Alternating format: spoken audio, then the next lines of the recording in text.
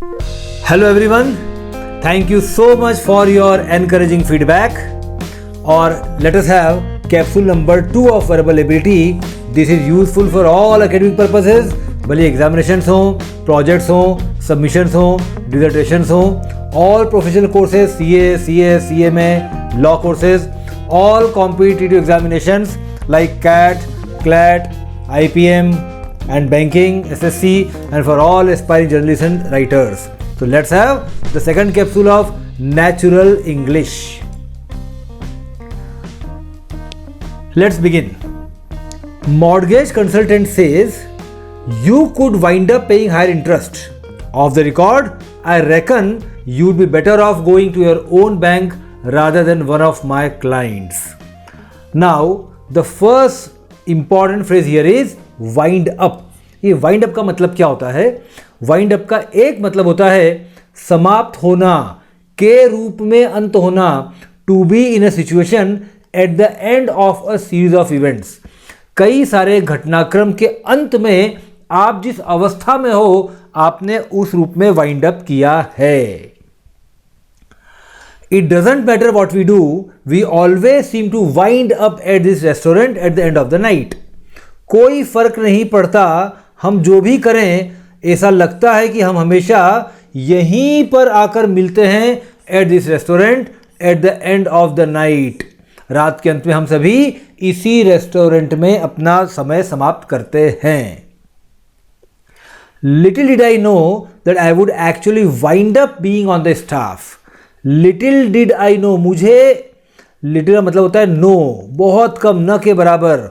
मुझे बिल्कुल भी नहीं पता था कि that I would actually wind up being on the staff, कि मैं स्टाफ के सदस्य के रूप में आ जाऊंगा, हो जाऊंगा. यहां पर आकर ये पूरी कहानी खत्म होगी, इस रूप में खत्म होगी.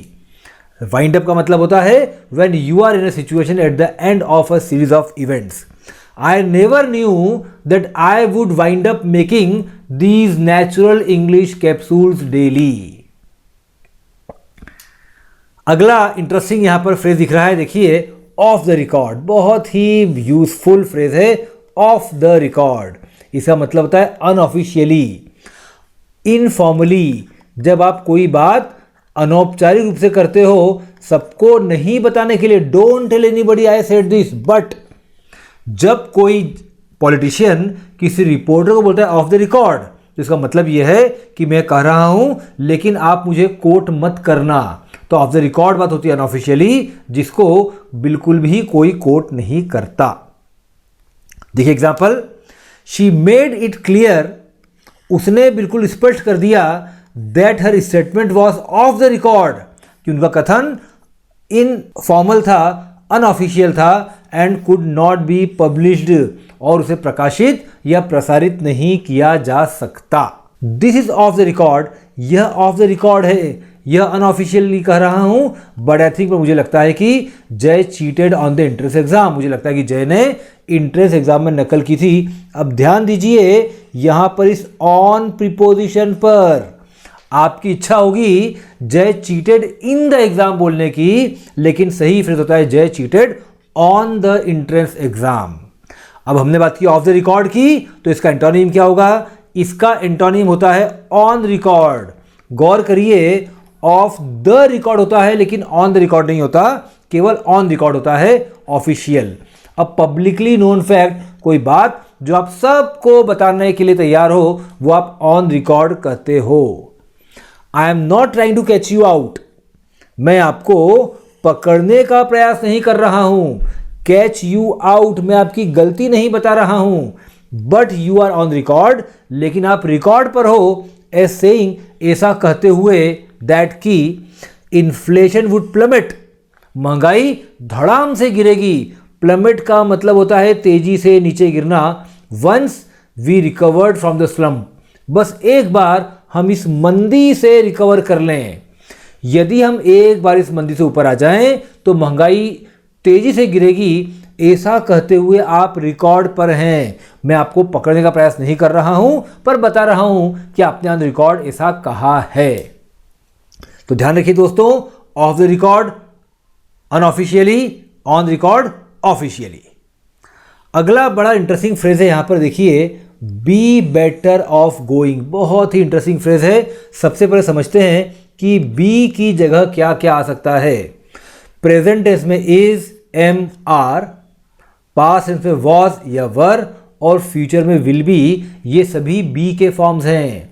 और साथ में विल बी हमने लिखा है, लेकिन कैन बी भी हो सकता है, मे बी भी हो सकता है, इसी प्रकार से वुड बी भी आ सकता है। तो जितने भी हेल्पिंग वर्ब्स हैं उन सभी के बाद बी लगाकर उसका इस्तेमाल यहाँ पर बी की जगह किया जा सकता है। बेटर ऑफ के बाद लगाया है गोइंग वर्ब में आईएनजी। इसका मतलब होता है दोस्तों, इन अ बेटर सिचुएशन, ज़्यादा अच्छी अवस्था में, हैविंग मोर मनी, ज़्यादा अच्छा समृद्ध होना। You will be better off going there, आप वहां जाएंगे तो बेहतर अवस्था में रहेंगे। देखते हैं sentences. If you have got bags you are better off taking a taxi. यदि आपके पास काफ़ी सारा लगेज है तो आप अच्छी अवस्था में रहेंगे यदि आप एक टैक्सी ले लें। तो ध्यान रखिए दोस्तों, बेटर ऑफ के पहले आपने यहाँ आर लगाया है और बाद में आपने यहाँ जेरंड आईएनजी लगाया है। तो बेटर ऑफ के पहले बी का फॉर्म आएगा और बाद में वर्ब में आईएनजी आएगा। एक और देखते हैं, you would be better of living on your own. You would B, देखिए ये जो अपॉस्ट्रोफी डी है दरअसल ये यू वुड का शॉर्ट फॉर्म है। यू वुड को हम लिख सकते हैं you'd, contraction. You would be better of living on your own. Living on your own, जब आप अपने खुद के दम पर रहेंगे तो ज़्यादा अच्छे रहेंगे देन, इसकी बजाय quarrelling all the time with your dad, कि आप लगातार अपने पिता से रोज झगड़ा करते रहें हर समय। इसकी बजाय बेहतर हो कि आप खुद कमाना शुरू करें और अपने दमखम पर रहें। You would be better of living on your own. It's a very useful phrase and I am very sure कि आप अपने स्पोकन में, इंटरव्यूज में इसको अच्छे से इस्तेमाल कर सकते हैं। अगला इंटरेस्टिंग यूसेज है रादर देन, जो आप में से काफ़ी लोगों को पता होगा, तो इसको हम शॉर्ट में कवर करते हैं। Rather than is used to say that you would prefer A to B. आप बी की बजाय ए को प्रीफर करेंगे, प्राथमिकता देंगे, वहां लगाते हैं रादर देन। और आप doing A to doing B, मतलब वर्ब में भी प्रायोरिटी यहां तय कर सकते हो। देखते हैं example. Rather than driving he rode his bike to work. Driving करने के बजाय उसने काम पर बाइक चलाकर आना पसंद किया। अब यहां पर ध्यान रखिए दोस्तों कि राइड हम करते हैं टू व्हीलर को और ड्राइव हम करते हैं फोर व्हीलर को। यहां पर केवल ड्राइविंग लिखा है पर इसका मतलब है driving a car. Rather than driving a car he rode his bike to work. Car चला के आने की बजाय वो बाइक्स पर सवार होकर अपने काम पर आ गया। She took the blame. उसने सारा आरोप अपने ऊपर ले लिया। रादर देन किसकी बजाय? Blaming everyone else. हर किसी अन्य को ब्लेम करने की बजाय उन्होंने खुद पर सारा अपराध ले लिया। तो रादर देन की बजाय। Let's proceed. अब देखिए यहां दो सिंपल वर्ड्स हैं।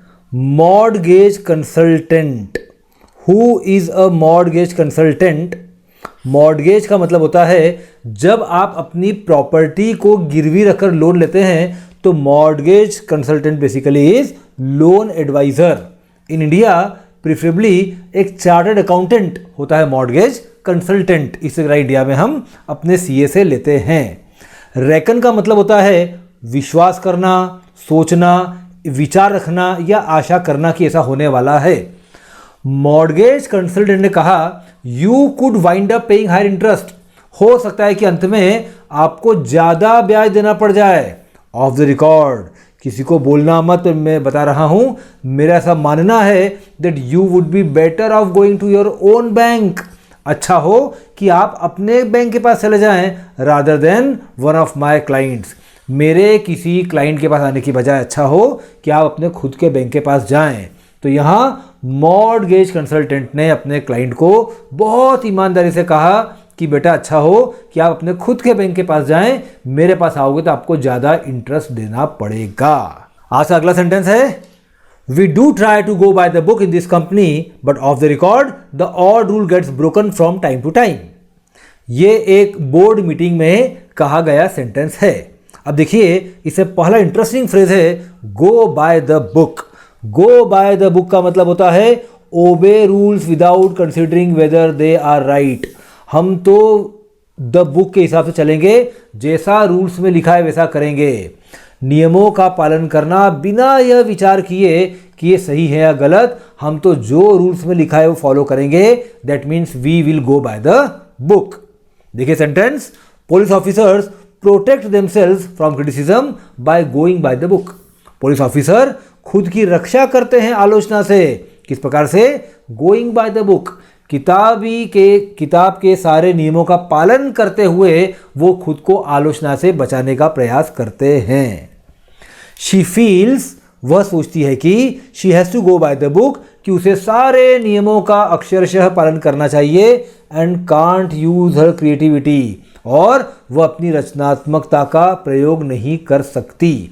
व्हेन यू आर आस्क्ड कि do whatever is said, तो डेफिनेटली आप अपनी क्रिएटिविटी को अप्लाई नहीं कर पाएंगे।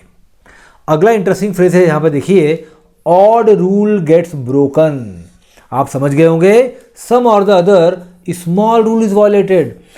ये नियम या वो नियम, कोई ना कोई छोटा सा नियम तो टूट ही जाता है। वायलेट का मतलब होता है उल्लंघन होना। The web of countless laws is so complex. अनगिनत कानूनों का मक्कड़ जाल इतना जटिल है कि you can never be sure of being 100% compliant. कि आप कभी भी 100% नियम के प्रति प्रतिबद्ध होने के बारे में विश्वस्त नहीं हो सकते। The odd rule gets broken naturally. कोई ना कोई छोटा नियम तो आपसे टूट ही जाता है। एक और देखिए, in a democracy like India, Bharat जैसे एक प्रजातांत्रिक देश में, the bureaucrats are always capable of terrorizing a common man. Bureaucrats, अफसर, बड़े बड़े अफसर, वो हमेशा सक्षम होते हैं एक आम आदमी को डराने में, आतंकित करने में। बिकॉज, क्योंकि the odd rule gets broken by everybody, क्योंकि हर किसी से कोई छोटा मोटा नियम तो टूटता ही है। उसका सहारा लेकर अफसर किसी भी व्यक्ति को धमका सकते हैं। तो ऑड रूल गेट्स ब्रोकन, किसी न किसी छोटे मोटे नियम का टूटना। अगला सेंटेंस लेते हैं दोस्तों, आई never go by the tabloid press. अब यहां वर्ड आया टेबलॉइड। देखिए, एक होता है टेबलॉइड, एक होता है ब्रॉड प्रेस या ब्रॉड शीट कहते हैं उसको आजकल। जो छोटे अखबार होते हैं वो होते हैं टेबलॉइड, जो बड़े अखबार होते हैं फैल के पढ़े जाने वाले वो होते हैं broadsheet. Mind you, this latest scandal is quite an eye opener. The outgoing mayor had clearly been up to something. अब देखिए यहाँ कितने फ्रेजेस हैं। पहला है गो बाय। गो बाय का मतलब होता है to base an opinion on something, अपने विचार को किसी बात पर आधारित करना। I never go by the tabloid press, मतलब मैं टेबलॉइड अखबारों के आधार पर कभी भी अपने विचार नहीं बनाता। It's never very wise to go by appearances. चीजें जैसी दिखती हैं वैसे नहीं होती। अपीयरेंस का मतलब होता है दिखना। It's never very wise to go by appearances, जो दिखता है उस पर विश्वास करना समझदारी नहीं होती। अगला है माइंड यू। अब देखिए माइंड यू क्या है, use before and after thought. बोलते बोलते जब आपके मन में कोई एक विचार और आ जाए तो उसके पहले आप लगाते हैं mind you as a link और filler between two spoken idea units. ध्यान रखिए, ये स्पोकन में यूज करना है आपको। दो आइडिया यूनिट्स के बीच में एक लिंक के रूप में या एक फिलर के रूप में हम इस्तेमाल करते हैं माइंड यू का। They pay full rates, mind you they can afford it. वे पूरा भुगतान करते हैं और देखना वो इसको अफोर्ड भी कर सकते हैं। तो माइंड यू एक फिलर के रूप में इस्तेमाल स्पोकन में होता है। Quite an eye opener. Quite an eye opener मतलब ऐसी सिचुएशन जिसने कोई समथिंग सरप्राइजिंग आपको दिखा दी जो पहले आपको नहीं पता थी, आपकी आंखें खुल गई, एक नई चीज पता चली आपको। Quite an eye opener. Visiting people in prison, jail में जाकर लोगों से मिलना was quite an eye opener for me. मेरे लिए एक बहुत ही नया अनुभव था, इससे मुझे काफी सारी नई चीजें सिखा दी। अगला है आउट गोइंग। अब आउट गोइंग हमने दोस्तों नेचुरल इंग्लिश 1 में भी कवर किया था, लेकिन वहां आउट गोइंग का मतलब था कोई सोशेबल इंसान। आउट गोइंग का मतलब और होता है somebody who is retiring, somebody who is going out। बिल्कुल लिटरल मीनिंग है आउट गोइंग, बाहर जाने वाला। देखिए sentence, virtually the whole town turned out to see of the outgoing president. They weren't particularly looking forward to meeting the new one. Virtually the whole, लगभग पूरा शहर, turned out बाहर निकल आया, to see of विदा करने के लिए the outgoing president, रिटायर हो रहे अध्यक्ष को। They weren't particularly looking forward to meeting the new one. वो नए अध्यक्ष से मिलने के लिए बहुत ज़्यादा उत्सुक नहीं थे। उनको जाने वाले अध्यक्ष को विदाई देना ज़्यादा उनके लिए महत्वपूर्ण था। अगला है up to something. Very very interesting phrase दोस्तों। डूइंग समथिंग रॉन्ग और सीक्रेट, कोई गलत काम करना या कोई रहस्य बनाकर रखना। He is up to something, कुछ तो पक रहा है उसके मन में। When he is quiet like this, जब वह इस प्रकार चुपचाप रहता है, आई नो मैं जानता हूं, he is up to something, वो कुछ ना कुछ गलत काम या कुछ गड़बड़ करने वाला है। थैंक यू वेरी मच दोस्तों। I am very much hopeful कि आपको नेचुरल इंग्लिश में काफ़ी सारी चीज़ें सीखने को मिल रही हैं। आपका फीडबैक हमको देते रहिए, आपके कमेंट्स हमको हेल्प करते हैं और गाइड भी करते हैं। आपके सजेशंस का स्वागत है। आप क्या नया चाहते हैं हमें ज़रूर बताइए, चाहे तो व्हाट्सएप करें चाहे तो ईमेल करें, but your suggestions will keep us on the track to help you. Thank you very much, all the best, enjoy, have a nice time.